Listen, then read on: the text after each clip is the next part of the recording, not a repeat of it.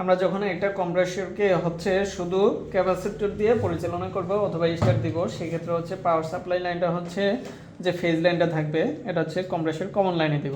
এই যে এখানে ব্ল্যাক কালারের যে কেবলটা আছে ওইটা হচ্ছে ওভারলোড হয়ে কম্প্রেসরে এই যে কমন প্রান্তে চলে গেছে।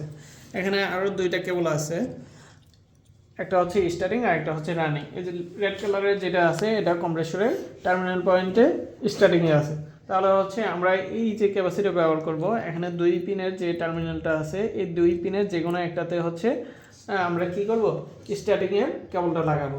আর হোয়াইট কালারের যেটা আছে এই যে এখানে রানিং পিনের এটা হচ্ছে আমাদের এই চার পিনের ক্যাপাসিটরের চার পিনের টার্মিনালের যে কোনো একটাতে লাগাইলে হয়ে যাবে।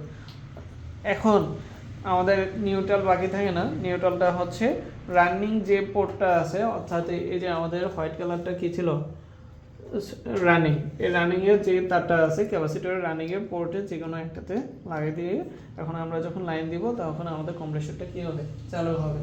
অর্থাৎ কম্প্রেসর সিঙ্গেলে হচ্ছে চালাতে হলে এই ক্যাপাসিটর